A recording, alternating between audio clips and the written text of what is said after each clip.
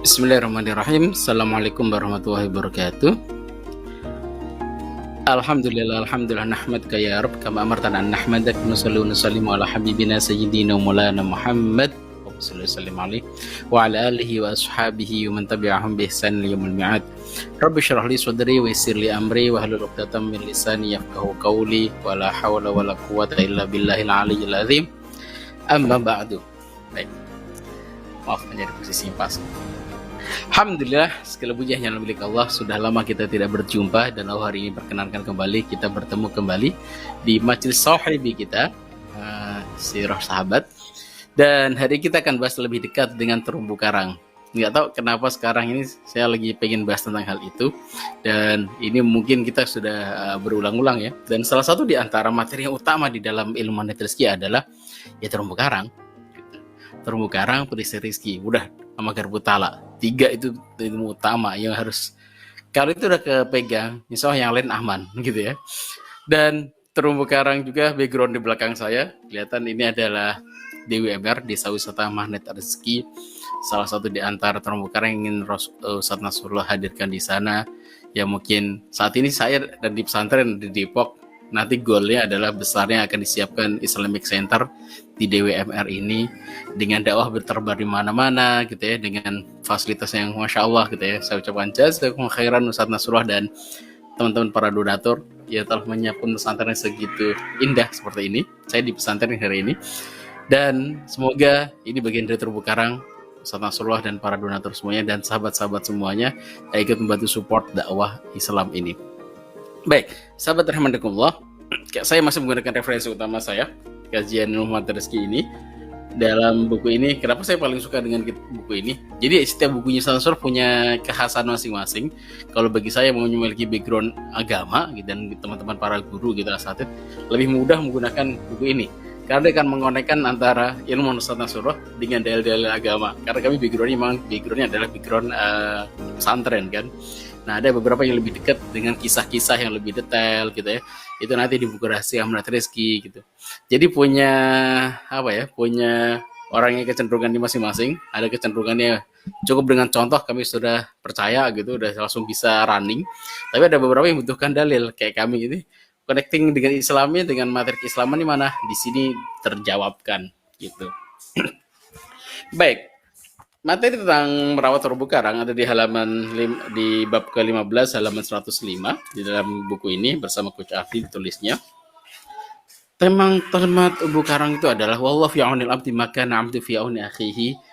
Allah menolong seorang hamba ketika hamba itu menolong saudaranya yang lain. Maka di sini tema utama kenapa ada terumbu karang. Hadis yang sahih, wallahu fi aunil abdi, Allah akan menolong seorang hamba ketika hamba itu menolong saudaranya. Maka poin besar ketika kita ingin dapat pertolongan dari Allah Subhanahu wa taala adalah kita tolong saudara-saudara kita yang lain. Kita buat terumbu karangnya. Bahasa hadisnya adalah seperti itu, tapi bahasa implementasinya lebih mudah diterima oleh sahabat-sahabat adalah mungkin adalah istilah dengan terumbu karang. Beberapa hari yang lalu saya nonton dengan beberapa santri gitu ya, nonton di terumbu karang, kita benar-benar liatin terumbu karang. Bener itu ya. Kan ketika ikan ngumpul di situ, mereka nyari makan di situ. Cukup dirawat saja terumbu karangnya, mereka akan dapat makanan di sana gitu. Bahasanya adalah rizkinya ikan ditempatkan di situ. Rizkinya kita di mana ditempatkan? Di kemuliaan dan kebahagiaan orang lain. Masya Allah gitu ya. Maka duduk kita hari ini di sini bagian terumbu karang kita mendalami diri kita sendiri. Juga kalau orang udah kenal ilmu rezeki, semuanya jadi positif. Apapun yang terjadi, apalagi dapat rezeki itu kelihatan positif, udah nampak banget positifnya. Apa yang misalkan kurang sehat pun bisa tertampakkan sebagai suatu energi yang positif. Baik, sebelum jauh kita melangkah, izinkan saya untuk menyapa yang pertama kali datang TWN. Assalamualaikum Bu Nur Faizah dari Taiwan kah? Masya Allah. Assalamualaikum Gorontalo hadir dari timur, Masya Allah. Masamba hadir, Allah Akbar. Jauh-jauh ini ya. Enggak deket semuanya. Alhamdulillah hadir. Bu Lia Marlia, selamat tim kesehatan, amin ya rabbal alamin. Bu Betty Riau hadir timur dan barat. Pare-Pare, Masya Allah, tempat kelahiran Ustadz Nasrullah dengan keluarga. Di Pare-Pare. Jember hadir, Jawa Timur, Madura hadir, Pekanbaru hadir. Dan mana lagi ini, Bekasi hadir, Masya Allah. kota 1001 angkot, dan banyak sekali pemberhentian di sana. Tangerang kota, Bukit Tinggi hadir, Masya Allah. Pekanbaru hadir. Baik, kita sudah dibersamai oleh 91 sahabat-sahabat kita yang insya Allah memberikan tenaga masing-masing, memiliki aura positifnya yang luar biasa. Oke. Dengan pendekatan merawat terumbu karang, di mana meletakkan rezeki kita di kemuliaan dan kebahagiaan orang lain. Dan banyak sekali contoh, ya, kalaupun misalkan kita memberikan contoh dari para sahabat, Sayyidina Abu Bakar As-Siddiq, tidak pernah ada ceritanya beliau kekurangan harta, beliau selalu melimpah hartanya, dan beliau juga sedekahnya habis-habisan, Masya Allah, dan tidak pernah merasakan beliau menjadi orang yang kekurangan, walaupun sedekahnya habis-habisan, hatta ketika mensedekahkan 100% harta yang dimilikinya gitu ya. Itulah kekuatan dari memuliakan dan membahagiakan orang lain. Maka saya akan berikan izin beberapa contoh di sini. Kayak misalkan contoh Abu Bakar As-Siddiq. Beberapa sahabat Abu Bakar As-Siddiq di awal dakwah, Masya Allah, itu langsung meletakkan 40.000 dirham di hadapan Rasulullah. Ya Rasulullah, ini hartaku, maka gunakanlah untuk modal dakwahmu. Karena saat itu Masya Allah, dakwah itu perlu modal gitu ya. Apalagi yang banyaknya di antara para sahabat yang ngikutin Rasulullah, dan di antaranya dakwah, mereka perlu disupport secara finansial, disupport secara pendanaan gitu. Ada di antara mereka yang budak yang perlu dibebaskan gitu. Maka inilah salah satu di antara modal diberikan oleh Sayyidina Abu Bakar As-Siddiq. Dan puncak dari suatu yang dahsyat di antara dakwahnya Sayyidina Abu Bakar As-Siddiq adalah ketika beliau membebaskan sahabat Bilal bin Rabah. Sampai Sayyidina Umar pernah menyampaikan, Bilal sayyiduna, Abu Bakar sayyiduna wa'atoko sayyidada. Abu Bakar itu adalah pemimpin kami dan dia telah membebaskan pemimpin kami juga. Dengan pembebasan yang sangat-sangat heroik saya kira. Kenapa? Ketika saat itu Sayyidina Bilal bin Rabah ketahuan bahwa beliau masuk Islam. Setelah itu disiksa habis-habisan. Penyiksaannya apa? Diikat dengan ontak untuk keliling kota Makkah. Tersayat-sayat tubuhnya, berdarah-darah tubuhnya gitu ya. Maka saat itu Masya Allah dia diminta untuk melafatkan kemurtadan. Apakah belum murtad? Tidak sama sekali. Dijemur beberapa hari dengan panasnya kota Makkah. Saya pernah merasakan yang cukup pendek saja saat itu melewati aspal sepanjang 20 meter dengan tanpa alas kaki. Ya Allah, itu panasnya luar biasa. Pas lagi umroh gitu, sehari itu kerjaan cuma di toilet, kamar mandi aja, siram itu kaki karena panasnya luar biasa. Dan di hari keduanya, hari pertama itu semalamnya langsung kaki melepuh. Ya Allah, ini baru sebentar seperti itu langsung kaki melepuh. Bagaimana Sayyidina Bilal bin Rabah. Dan itu pun luar biasa. Cuman mungkin kurang dari 1 menit. Sayyidina Bilal berhari-hari dijemur dengan panasnya sengatan kota Mekah gitu ya, untuk menyampaikan kemurtadannya. Ya Allah gitu ya. Apakah beliau murtad? Tidak sama sekali. Terus saya mikir gitu ya dengan ujian itu terhadap Sayyidina Bilal, ya Allah, untungnya saya hidupnya di sini bukan di masa Sayyidina Bilal. Khawatir kalau di masa Sayyidina Bilal aku termasuk bagian dari orang yang musuh Rasulullah gara-gara nggak kuat untuk mendapatkan cobaan yang cobaan yang diberikan oleh orang-orang kafir Quraisy gitu. Nah, setelah disiksa-siksa sampai puncaknya bahwa beliau akan meninggal, bahkan udah di penghujung, udah benar-benar ngos-ngosan, udah nggak bisa tahan lagi dengan ujian itu, datanglah Sayyidina Abu Bakar As-Siddiq dan beliau ingin membeli Sayyidina Bilal. Harusnya harga Sayyidina Bilal bin Rabah itu kalau misalkan 10 dinar udah mahal banget itu. Tapi ternyata Masya Allah gitu ya. Dia Sayyidina Abu Bakar ketika menawarnya, maka juallah dia, maka aku akan membelinya. Maka Umayyah tadi mengatakan, Umayyah bin Khalaf, ya sudah, berapa kau akan bayar? Sayyidina Abu Bakar mengatakan, berapa kau akan jual? Ya sudah, belum menyebutkan ternyata 8 ukiyah. 1 ukiyah itu 1 bungkus. Kalau misalkan kita punya orang dulu kan biasanya pakai itu apa namanya? Pakai, kalau sekarang kan pakai dompet ya. Dulu kan pakai kayak karung-karung kecil gitu isinya dinar-dinar. Siapa yang sudah punya dinar? Nah, harusnya kayak kalau zaman dahulu kan dimasukin ke dalam dinar, trung, ya biasanya 1 gembok gitu ya. Nah, itu 1 ukiyah itu berarti isinya adalah 40 dinar. Jadi 40 keping emas gitu ya. Kalau bahasanya saya punya ini apa ini? Ini kuaci bahasanya gini. Nah, kalau kuaci kan dikumpulkan di sini gitu. Kalau itu kan dia benar-benar 1 kantong berisi dinar disebut ukiyah. Dia mintanya sampai 8 ukiyah gitu. Dan itu jumlahnya sangat besar. Gitu. 1 ukiyah aja 1 bungkusnya. Jadi juga udah 40. Sedangkan harga beliau untuk 1 ukiyah saja udah kemahalan. Mahal banget. Sekarang mintanya 8. Sayyidina Umayyah bin Khalaf Umayyah bin Khalaf itu ya, sang kafir ini ketika menyebutkan angka itu cuma iseng-isengan doang gitu. pasti nggak akan dibeli. Kenapa satu aja udah kemahalan, Pak Hakim minta 8 gitu. Sudah 8, oke siap aku bayar, dibayar. Setelah dibayar, Umayyah bin Khalaf ketawa ngakak, wahai Abu Bakar, gitu ya, sepertinya engkau telah bodoh gitu ya. Maaf terhadap taruh petik berkata Umayyah bin Khalaf, engkau udah nggak pintar lagi, nggak ada seorang bisnismen, kau tahu harga seorang budak, harganya terlalu mohon maaf sinyalnya kurang bagus di sayanya, jadi ini membuat link baru, mohon izin. Jadi melanjutkan materi sebelumnya tentang Sayyidina Abu Bakar As-Siddiq, bagaimana beliau ingin membeli sahabat Bilal bin Rabah. Maka saat itu ketika itu Sayyidina Bilal bin Rabah dijual dengan harga yang sangat-sangat tinggi, kelewatan sebenarnya. Jadi bahasa ada misalkan ada motor Supra yang mungkin bisnis standar mungkin udah second gitu ya, harganya mungkin 5 juta sudah mahal banget, itu dijual dengan harga 500 juta. Tapi dia bayar oleh Sayyidina Abu Bakar As-Siddiq. Pas sudah dibayar itu maka Umayyah mengatakan, engkau telah rugi wahai Abu Bakar gitu. Harga budak yang segitu murah ini kenapa kau bayar dengan begitu mahalnya? Maka Sayyidina Abu Bakar mengatakan, andai saja engkau membelinya, engkau menjualnya dengan harga yang lebih mahal daripada itu, pasti aku akan beli. Kalau misalkan kau hari ini jual dia dengan harga 500 juta gitu, karena kau merasa bahagia dengan harta itu, dan andai saja engkau menyebutkan harganya Bilal bin Rabah dah 5 miliar, aku pasti akan bayar 5 miliar. Dan ibu memiliki harta itu, Masya Allah. Yaitu, udah seheroik itu masih aja Sayyidina Bilal bin Rabah mengatakan, wahai Abu Bakar, idza sytaraitani, jika engkau membeliku untuk tuhan-tuhan mereka, maka fada'ni, biarkan aku. Tapi kalau engkau membeliku untuk dirimu sendiri, maka silahkan, engkau belilah aku.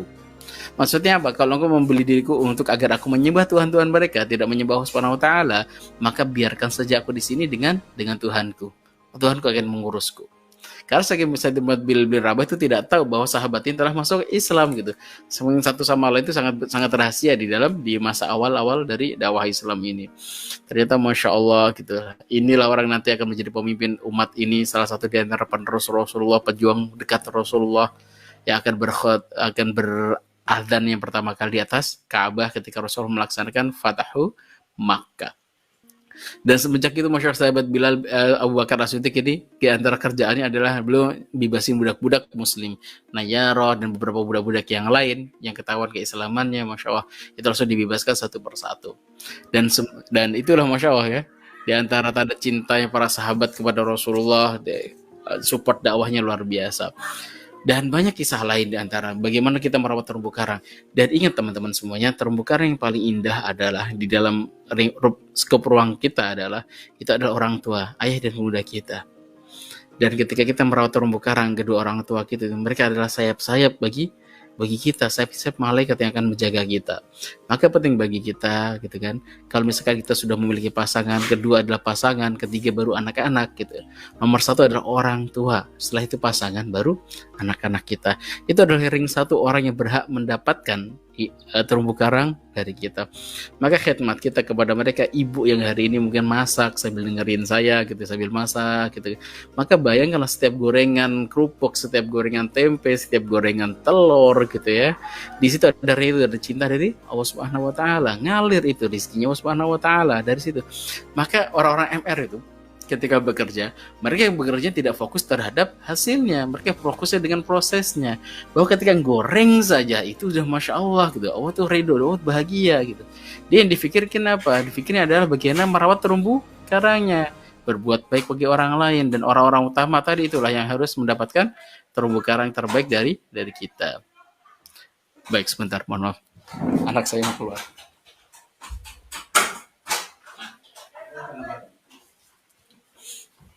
Punten. Oke. Maka penting bagi kita hari ini, kalau misalkan kita masih ada orang tua gitu kan, yang dimana surga Allah letakkan di dalam kaki-kaki mereka, bahkan menyatakan bahwa ridho Allah itu ada di ridho kedua orang tua gitu kan, wa sakhtullahi fi sakhti walidain, dan benci atau misalkan murkanya Allah itu ada di kemurkaan kedua orang tua kita. Dan Allah tidak mensyaratkan di sini orang tuanya soleh atau tidak, benar-benar hanya komplit sebagai orang tua, mereka adalah orang tua kita, maka cukup dengan persyaratan itu kita wajib berbakti kepada mereka. Memang ada batasan, ya. Batasannya apa? Ketika mereka mengajak untuk kekufuran, untuk kemaksiatan, maka kita boleh untuk merejectnya. Tapi selain itu, gitu ya, maka tidak ada hak untuk kita menolak permintaan mereka. Tidak ada hak bagi kita untuk biasanya mereject keridhaan mereka gitu. Maka sahabat rahimakumullah gitu ya, di hari ini kita ingatkan kembali diri kita sendiri, kita refresh kembali. Kemarin kita setiap hari Selasa gitu kan, ada Selasaan saya ikut ke manajemen bersama Ustadz Nasrullah. Memang benar beda ketika auranya berkumpul dengan orang-orang soleh gitu ya, apalagi bertemu dengan Ustadz Nasrullah langsung. Aura itu langsung refresh lagi nih bahasanya. Kita diingatkan kembali untuk meluruskan niat kembali. Mungkin hari ini beberapa kita dimudahkan dalam bab rizkinya, tapi fokusnya jangan cuma di rizkinya itu. Coba fokuskan kembali tentang niat kita. Merawat terumbu karang ini adalah untuk mencari ridhonya Allah Subhanahu wa taala. Tadi contoh misalkan gini, ada ibu-ibu yang sedang masak kerupuk atau masak telur dan sebagainya. Udah masak tuh, Masya Allah dengan perjuangan yang nggak mudah gitu ya, harus ke warung dulu jalan gitu. Sampai di sana nanti Masya Allah gitu udah beli cuma beberapa butir, tapi itu kembali lagi terus masakin telur, ternyata telurnya gak dimakan oleh anak-anak kita misalkan, atau pasangan kita gak mau makan, mungkin di kantor sudah makan, mungkin anak-anak kita dapat kue dari ulang tahun dari temennya gitu gak dimakan. Apakah kita gak dapat terumbu karangnya? Kita masih dapat kok gitu. Maka proses dalam mencari itu, kenapa? Allah sudah ngelihatin bahwa kita sudah berikhtiar untuk memuliakan dan membahagiakan orang lain. Urusan orang lain itu mau terima atau enggak, itu urusan yang lain. Yang penting adalah kita berproses untuk melakukan kebaikan itu, sejengkal seapapun, yang walaupun sekecil apapun kita lakukan. Bahkan bagian dari tanda keimanan kita kepada Allah Subhanahu wa taala adalah, di antara bagian-bagian keimanan itu adalah ketika kita memindahkan batu dari jalanan, kita pinggirin, itu juga bagian dari keimanan gitu. Maka poin penting di sini, yang penting kita lakukan adalah kita berbuat baik pada semua orang. Jangankan orang gitu. Tadi kan 3 ring utama, yaitu orang tua, pasangan, dan anak-anak. Ini ketika kita buat baik pada mereka, Masya Allah, pahalanya luar biasa. Hatta kalaupun misalkan kita, jangankan itu ya, 3 yang spesial ini. Bahkan ketika memberikan minuman kepada anjing, itu membuat rahmat Allah turun. Ada seorang yang, ya tadi, orang gak bagus gitu ya, kerjaannya keluar malam-malam gitu kan, berbuat zina gitu. Ketika itu memberikan minuman kepada anjing loh. Ketika anjing kehausan, dia turun berikan minum. Di situ maghfirah dan ampunan Allah itu turun. Allah turunkan rahmat dan cintanya. Cinta dan rahmat Allah itu sangat-sangat besar. Maka saat dikasih minum, Masya Allah gitu kan, itu ngasih minum kan anjing, maghfirah turun, diampunin tuh. Maka di sini jamaah rahimakumullah, teman-teman sekalian, bahwa ketika kita berbuat baik, yakinlah bahwa Allah melihat kita.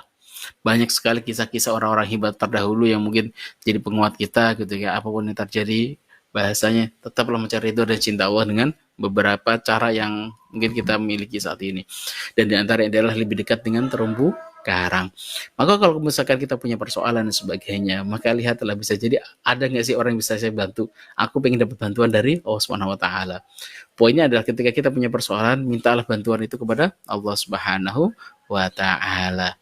Maka jamaah rahimakumullah, dalam materi ini saya ingatkan kembali teman-teman semuanya bahwa tentang keutamaan terumbu karang itu ilmu dasar. Orang kalau sudah kenal ilmu rezeki, semuanya jadi positif. Bahkan ketika dia dapat musibah, orang lain juga dapat musibah, dia bisa mengutamakan musibah orang lain.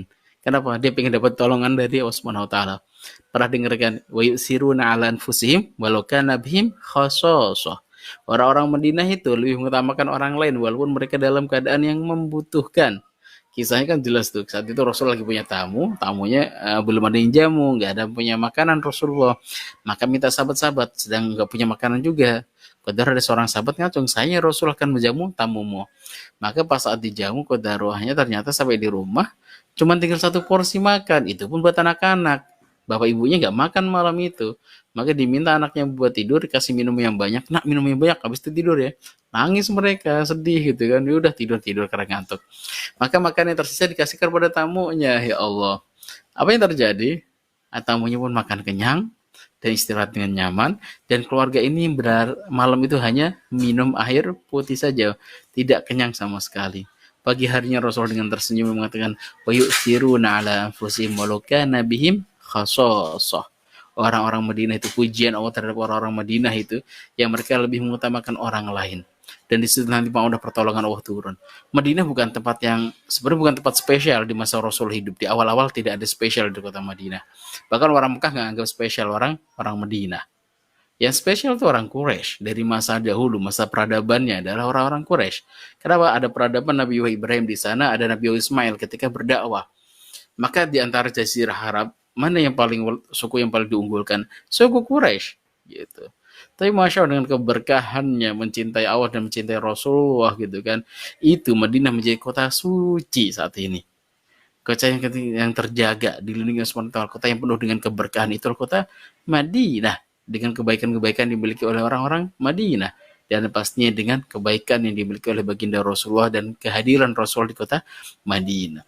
Dan sebagai penutup teman-teman, kita gak banyak, ada potensi di mana kita ketika kita berbisnis, bisnis itu bukan masalah untung dan rugi. Kalau bisnis kita masih untung dan rugi, kita masih bisnis dengan gaya dunia. Maka bisnisnya orang-orang muslimin itu adalah bisnis bukan masalah untung dan rugi, tapi masalah syurga dan neraka. Maka pada suatu waktu ada bisnis besar namanya sahabat Utsman bin Affan. Ketika berbisnis belum ngambil makanan gitu kan, supporting makanan dari mana? Support makanannya dari Syam, dari Syria. Oh ya, kalau misalkan ada pertanyaan silahkan diketik. Ini sepertinya ada yang share terus ya, suatu yang giveaway. Oke, nanti sambil kita mungkin setelah ini kisah penutup satu kita akan tanya jawab. Baik. Nah, saat itu Sayyidina Utsman bin Affan bawa bahasa berombongan besar gitu kan, habis membeli modal untuk dagang dari Syam. Dari Syam itu dari Suriah. Dalam perjalanan kembali ternyata kota ruahnya gitu ya, di kota Madinah ini nanti tidak terjadi paceklik yang berkepanjangan. Sampai paceklik itu tidak turun hujan selama 2,5 tahun. Di situ tanaman udah pada mati, onta-onta juga mati, ternak-ternak pada mati. Tapi tidak semua Jazirah Arab, bagian Suriah itu masih bagus gitu. Tapi secara Madinah dan sekitarnya itu semua terjadi paceklik yang berkepanjangan. Nah, saat itu orang-orang mau bersedekah menggunakan dinar, itu pun nanti ya, minta Umi dulu. Bentar ya. Bentar, Bang. Sebentar Bapak Ibu.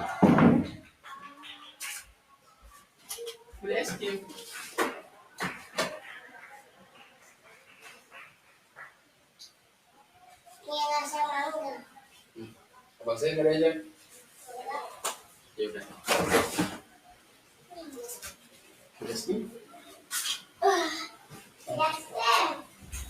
Mohon maaf. Oke. Nah, saat itu ketika beliau datang membawa 1.000 ekor onta aja dengan segala yang tungganginya, dengan barang-barang yang dimilikinya. Kontaro sampai sana gitu kan, di pinggiran kota Madinah, terkenal banget kisah ini. Itu para tengkulak-tengkulak, para bahasanya calo-calo, ya mereka para apa namanya, pedagang-pedagang besar itu udah berkumpul. Ini datang kafilah dagang dari mana? Wah, mereka langsung pengen. Dan ini yang salah satu yang dilarang oleh baginda Rasul itu memonopoli barang. Maka di kota Madinah itu langsung di pinggiran-pinggiran mereka menawar Sayyidina Utsman bin Affan. Wahai Utsman, jualah kepada kami, maka kau akan untung 1:2. Modalmu di sana 1 miliar, kami bayar di sini 2 miliar. Cash, engkau tidak perlu capek-capek untuk menjualnya kembali. Biarkan kami menjualnya. Kata Sayyidina Utsman, enggak, ada yang menawarku lebih tinggi daripada itu. Ya wahai Utsman, kalau gitu aku naikkan tawaranku 1:3. Kau beli sana 1 miliar, aku bayar di sini 3 miliar. Bagaimana? Penawaran menarik pastinya kan? Enggak, ada yang menawarkan lebih tinggi daripada itu. Wahai Utsman, oke, aku naikkan 1:5. Engkau balik di sana 1 miliar, kayu bayar di sini 5 miliar. Itu untung yang besar pasti Utsman, engkau akan menjadi orang terkaya di antara kita. Karena daganganmu sangat banyak.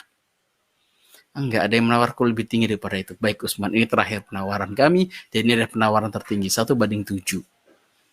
Dan ini pasti sudah keuntungan sangat berlipat.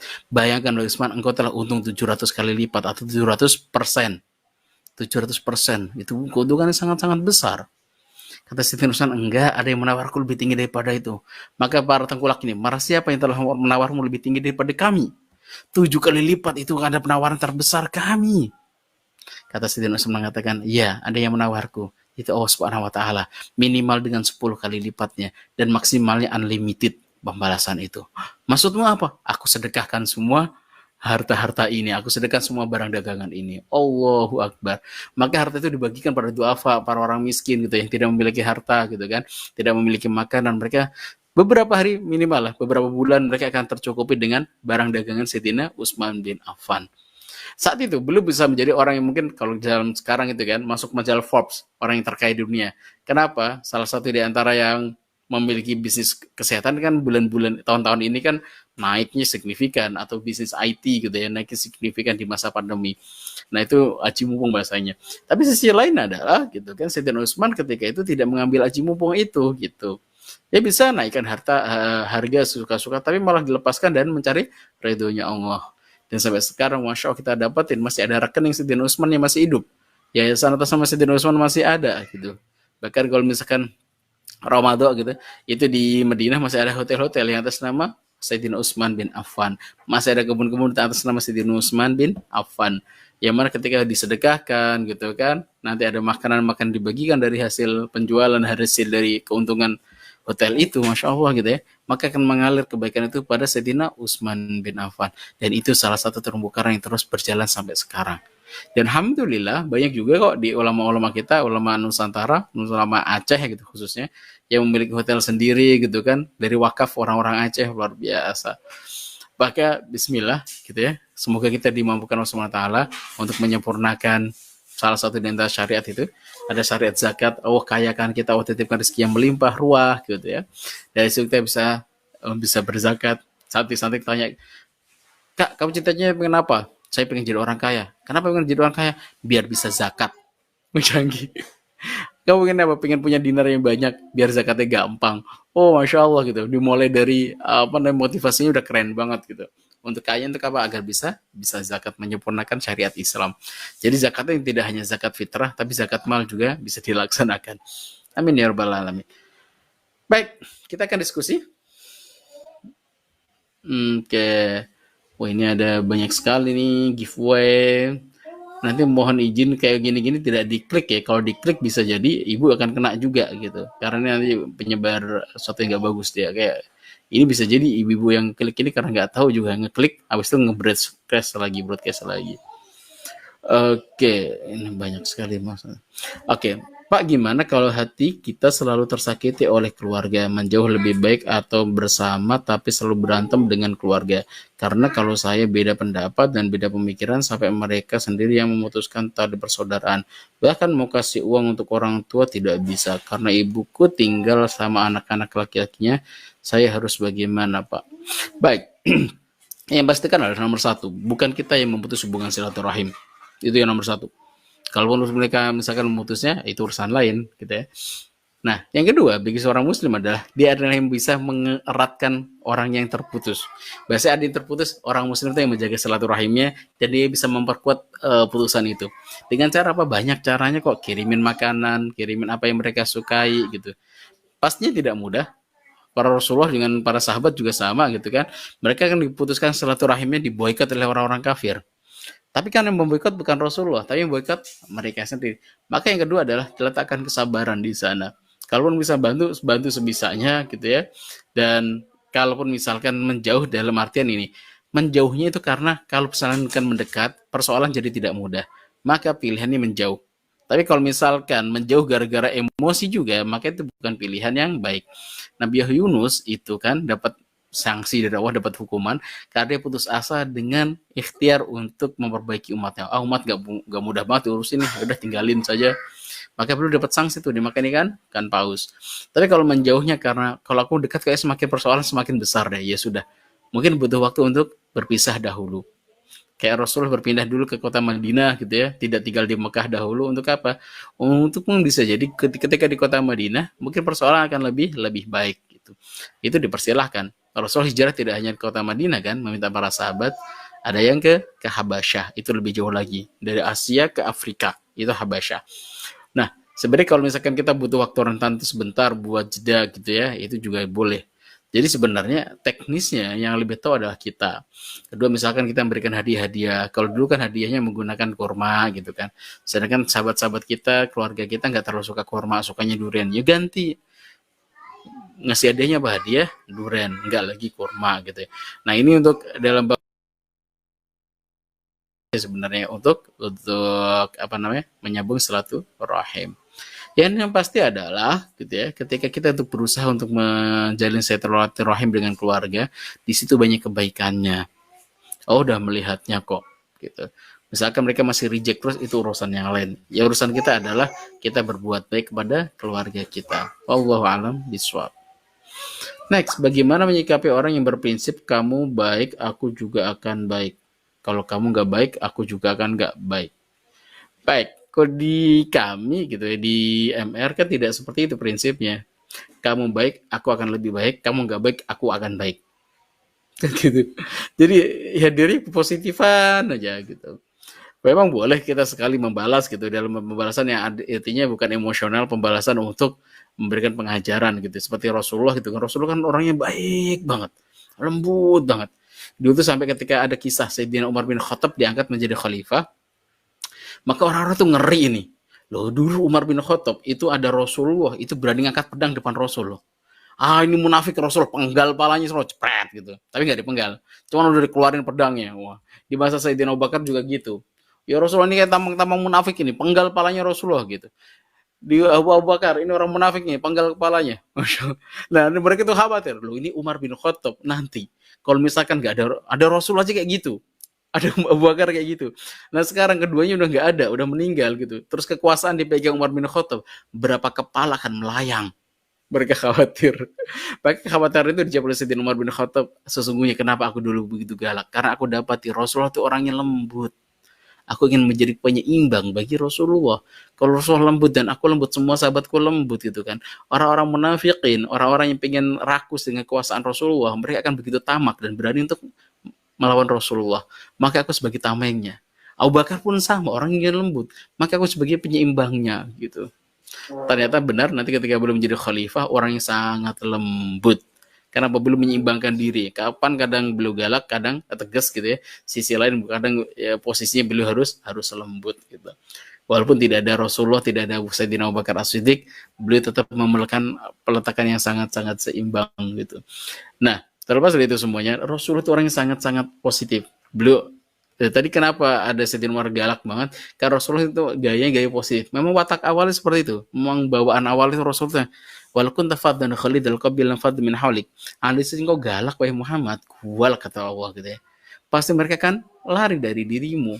Maka momen kita ketika kita berbuat baik pada orang lain, hadirkan di situ ada sisi-sisi dakwah yang ingin kita harapkan dari muamalah kita dengan orang lain. Jadi kalau kita kuala gitu ya, ada potensinya bahwa orang lain itu akan begitu marah dan menjauh dari kita. Jadi kita nggak bisa dakwahin gitu. Tapi kalau misalkan kita mau pak-pokan gitu ya, ente baik, aneh baik, ente nggak baik, aneh juga nggak baik. Di dalam MR gitu, sebisa mungkin kita hanya fokus dalam sisi kebaikan. Kalaupun sisi yang nggak kurang baiknya gitu kan, maka dilihat dulu proporsinya. Jika proporsinya adalah untuk hanya emosional, maka itu tidak direkomendasikan. Tapi proporsinya adalah untuk sebagai hukuman, sanksi dan pembelajaran, maka itu masih diperbolehkan. Ada orang misalkan gitu kebut-kebutan gitu, kita kebutin lagi, kita salib, kita berhentiin dia gitu kan. Bukan untuk bahasanya emosi gitu ya, tapi untuk menghentikan dia agar dia tidak memberikan kecelakaan pada orang lain. Itu boleh. Tapi kalau kita tabrak dari belakang gitu kan, niatnya karena kita kemarahan, itu yang tidak boleh. Itu masuknya dalam speedometer itu masuk ke dalam minus kemarahan. Kalau nggak salah minus 2 atau 3 gitu. Alam biswab. Tanya Ustadz, niat saya untuk menyambung silaturahim dengan memberikan hadiah. Tiba-tiba mereka sakit atau apa, saya yang disalahkan. Katanya saya mengguna-gunai mereka. Untuk itu saya jadi berhenti untuk memberi hadiah dan lebih memilih menjauh dari mereka. Ya sudah kalau gitu Bu. Jadi kan sebenarnya belum terbuka kan, makanya sudah gini. Apa yang bisa dilakukan? Maka lakukan apa yang dilakukan Ustadz Nasrullah ketika ikut camp. Apa yang dilakukan? Tidak dalam bentuk real, maksudnya tidak barang atau uang gitu kan, itu juga boleh. Tapi yang diajarkan pada kita adalah ketika kita di awal-awal camp itu diminta untuk menuliskan nama-nama orang yang menyakiti kita. Dan kedua, orang yang pernah kita sakiti, dua-duanya. Terus kita saat itu pas malamnya kita diminta untuk sholat hajat. Hajatnya apa? Hajat semoga kebaikan-kebaikan yang dimintakan oleh orang-orang yang tersebutkan di dalam list itu, orang menyakiti kita, orang mendzalimi kita gitu kan, semoga Allah kabulkan hajat-hajat baiknya dan Allah ampuni dia. Jadi yang dilakukan bukannya pembalasan keburukan gitu ya, tapi doa ini Allah semoga Allah muliakan dan bahagiakan dia. Semoga Allah muliakan ya Allah, ijabah semua doa kebaikannya ya Allah. Dan nanti rasakan Ibu, perbedaannya bahwa hati kita akan jauh lebih plong. Orang yang penuh dengan aura-aura positif di wajah itu pasti beda dengan orang penuh dengan kemarahan. Itu biasanya juga tahu kan, kelihatan kan, ada orang judes sama orang lembut. Itu mukanya udah beda gitu kan. Baru senyumnya udah beda gitu ya. Itu kelihatan banget dari mukanya. Kenapa? Aura hatinya akan membuat wajahnya tertampak seperti itu. Kalau bahasanya adalah kalau tekonya isinya kopi, ntar pas dituang juga senyumnya akan senyum-senyum kopi gitu. Kalau di dalamnya ada zam-zam, senyumnya senyum zam-zam gitu. Nah itu terconnecting dari hati, maka dimulai dengan sesuatu yang positif gitu. Pertama lo kan doain, terus doain. Pasti beda. Nanti kalau ketemu itu ya, biasa kita doakan minta sama Allah nih, ada segitiga gitu. Kita minta doa sama Allah, Allah akan berikan nanti cemlorot bahasa itu hidayah dan sebagainya gitu ya kepada orang-orang yang bisa jadi tadi menzolimi diri kita. Maka poin penting di sini adalah kalaupun misalkan memang harus bergeser dulu, minggir dulu, ya silakan nggak apa-apa gitu ya. Tapi tidak bergeser dalam doa-doa kita. Tetap ngangkat tangan minta doakan dan semoga Allah mengampuni mereka. Terus kedua adalah diambil tadi ilmu apa? Ilmu garis kebenaran. Kalau bisa jadi ada potensi kita nggak tahu ya, bisa jadi ada yang salah dalam diri kita, ya saya salah. Kalau di sini santri salah, kita gurunya bilang saya salah. Ada salah mungkin bisa jadi cara pengajaran atau cara penyampaian. Dan itu yang sering digunakan oleh Ustaz Nasrullah. Dan bisa jadi nih, kenapa di reject? Mungkin ada cara kita, memang niat kita baik, tapi caranya mungkin bagi kita baik, tapi bagi orang lain belum tentu baik. Gitu.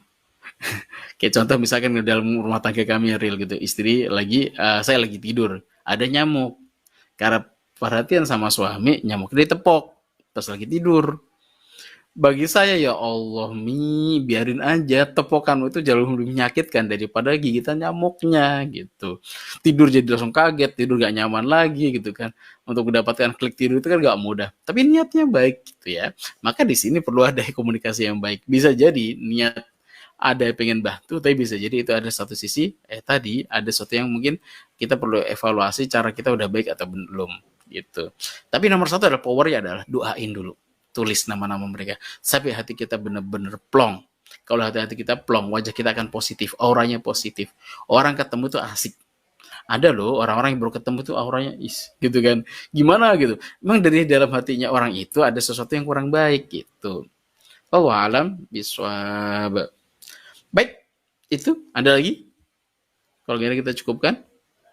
Kita mukodimah sebelum mungkin nextnya. Oh ya mohon izin ya, untuk Sohibi nanti nextnya akan berpindah di hari Rabu.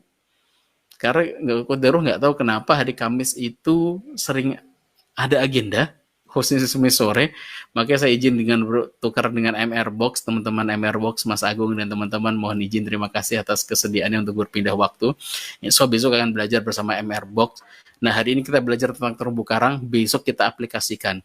Dan teman-teman saya juga mengajak teman-teman semuanya, para sahabat semuanya, di sini saya di pesantren gitu ya kan merawat ngajakin lagi didik bareng-bareng santri-santri di sini. Mereka ada duafa, di antara mereka ada yatim, di antara mereka juga ada orang yang memiliki kelebihan harta gitu. Semua di sini campur. Jadi nggak ketahuan mana yang berinfak besar atau mana orang yang mampu, mana yang secara perekonomiannya basic kurang mampu gitu ya. Semua jadi satu belajar bareng-bareng di sini. Nah, terus saya mengajak teman-teman semua, di belakang saya ini ada gambar DWMR, Desa Wisata Mandat Rezeki. Di situ juga kalau misalkan ada mau berinfak untuk pembangunan pesantren di WMR, insya Allah tahun depan juga kita akan bangun lagi pesantren di Bogor. Mohon izin, kita yang di Depok insya Allah dalam bulan Juli ya tahun 2023, mohon doanya kita akan pindah ke Bogor di Ciampea, Cihideng Udik. Kalau dari IPB itu lurus dikit belok kiri gitu, baik dekat sekitaran IPB sana, kita akan membangun pesantren di sana. Alhamdulillah sudah ada 2 asrama, tapi kita pengen bangun lebih besar lagi gitu ya. Jadi Islamic Center di situ. Ayo hadir bersama, kita praktekkan terumbu karang kita, muliakan, bahagiakan orang-orang yang sedang proses dalam menuntut ilmu. Ikut hadir dan ikut mewakafkan. Mungkin ada kok yang dari Mas Robi itu yang sebulan 50.000 gitu kan. Kita niatkan untuk menjaga terumbu karang kita gitu ya. Mungkin terumbu karang tidak di dunia saja, tapi juga sampai ke akhirat gitu. Baik, itu yang ingin sampaikan. Semoga ada manfaatnya. Pengingat buat saya pribadi untuk terus menjaga terumbu karang. Dan tadi ingat ya, terumbu karang yang utama nomornya ada 3. Satu, orang tua, baik itu mertua ataupun orang tua kita langsung. Kedua adalah pasangan kita, suami atau istri. Ketiga adalah anak-anak kita. Dan selanjutnya adalah orang-orang sekitar kita, masyarakat gitu kan, tetangga-tetangga kita, bahkan tumbuh-tumbuhan. Misalkan ibu punya karangan bunga, punya bunga-bunga di sekitar rumah gitu kan. Nyiraminnya itu sampai ya Allah sedang menjaga terumbu karang gitu. Ketika punya burung, punya ikan gitu, maka ketika memberi makan pada mereka, bayangkan di situ ada cinta dan ridhonya Allah. Disitulah Allah menitipkan rezeki-rezeki untuk kita. Oh, alim biswab gitu kan. Isof tahun besok anak saya mau mondok di situ. Bismillah, silakan hadir Ibu ya. Nanti bulan Desember insya Allah akan dibuka pendaftarannya. Untuk tahun depan insya Allah akan pendaftaran buka umum. Jadi untuk laki-laki dan perempuan semuanya bisa hadir di bulan Desember.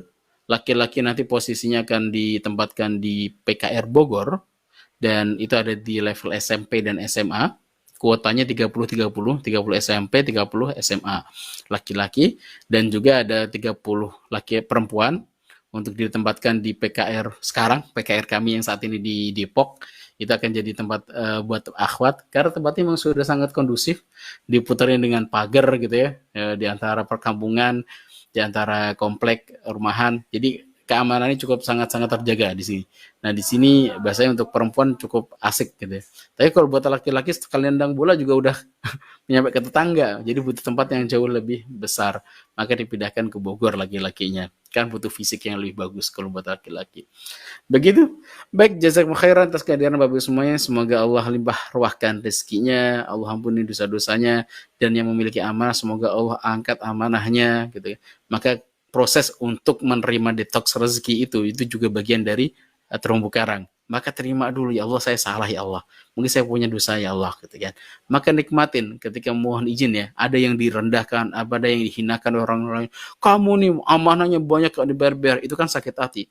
Maka terima ya Allah, aku ridho dengan ucapan mereka ya Allah. Kita sedang digituin gitu, maka doa sama ya Allah, lunasi ya Allah gitu. Muliakan dan bahagiakan. Maka saya sering ngebayangin, kalau misalkan amanah kita cuma 1 miliar, oh kita mungkin sepersekian dari Ustaz Nasrullah, kan beliau 21 miliar kan, dan sekarang Allah berikan banyak kemudahan bagi beliau gitu kan, dengan jalan apa? Muliakan dan bahagiakan orang lain, termasuk Bapak Ibu semuanya hadir saat ini. Semoga Allah berikan keberkahan, dan Assalamualaikum warahmatullahi wabarakatuh. Salam satu, sama, dan terhubung.